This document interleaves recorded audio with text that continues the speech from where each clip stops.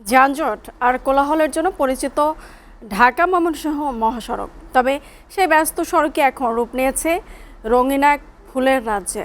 গাজীপুরের বিভিন্ন অংশে সড়কের মাঝে ডিভাইডারে ফুটে থাকা নানা রঙের ফুল মুগ্ধ করছে পথচারী এবং যাত্রীদের। বর্ষার আগে মহাসড়কে ফুলের চারা লাগিয়ে নান্দনিক সড়ক তৈরি করতে চান গাজীপুর সিটি কর্পোরেশনের প্রশাসক। গাজীপুর প্রতিনিধির প্রতিবেদন। যেখানে প্রতিদিন ছুটে চলে হাজারো যানবাহন আর শোনা যায় হর্নের শব্দ, সেই ব্যস্ত ঢাকা ময়মনসিংহ মহাসড়কেই এখন ফুটে উঠেছে প্রকৃতির অপূর্ব আয়োজন। সড়কের মাঝখানে ডিভাইডারে সারি সারি রঙিন ফুল যেন প্রকৃতি নিজেই সাজিয়ে দিয়েছে এক মনোমুগ্ধকর দৃশ্য। লাল, হলুদ, বেগুনি আর সাদা রঙের ফুলে ঢাকা সড়কের মাঝখানটা।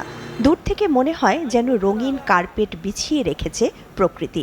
অনেকের কাছে দৃশ্যটি মনে করিয়ে দেয় জাপানের চেরি ফুলের রাজ্যের কথা। আমি মনে করি এই মহাসড়কের পাশে রাস্তা দিয়ে যারাই ভ্রমণ করবে সবারই মোটামুটি নজর কেড়ে নেওয়ার মতো একটা সৌন্দর্য। বর্তমানে যান্ত্রিক জীবনে এই মহাসড়কের পাশে এত সুন্দর ফুল গাছগুলা, এটা সত্যি অনেক অসাধারণ। গাজীপুরের চৌরাস্তা থেকে হোতাপাড়া ও শ্রীপুর অংশে এই ফুলের সমারোহ সবচেয়ে বেশি। প্রতিদিন এই পথে চলাচলকারী হাজারো যাত্রী কিছু সময়ের জন্য হলেও উপভোগ করছেন এই সৌন্দর্য।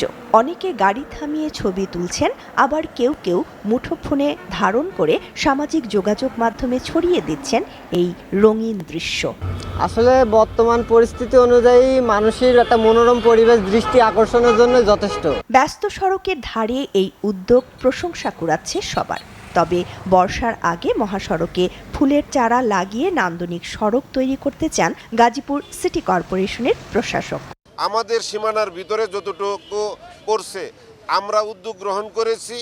আমরা এই যে ফুলের গাছগুলো আছে, যে বাহারি রঙের রঙিন ফুল ফুটেছে আপনারা দেখেছেন, এটা আসলে অত্যন্ত আনন্দের বিষয়, দেখলে মনটা ভরে যায়।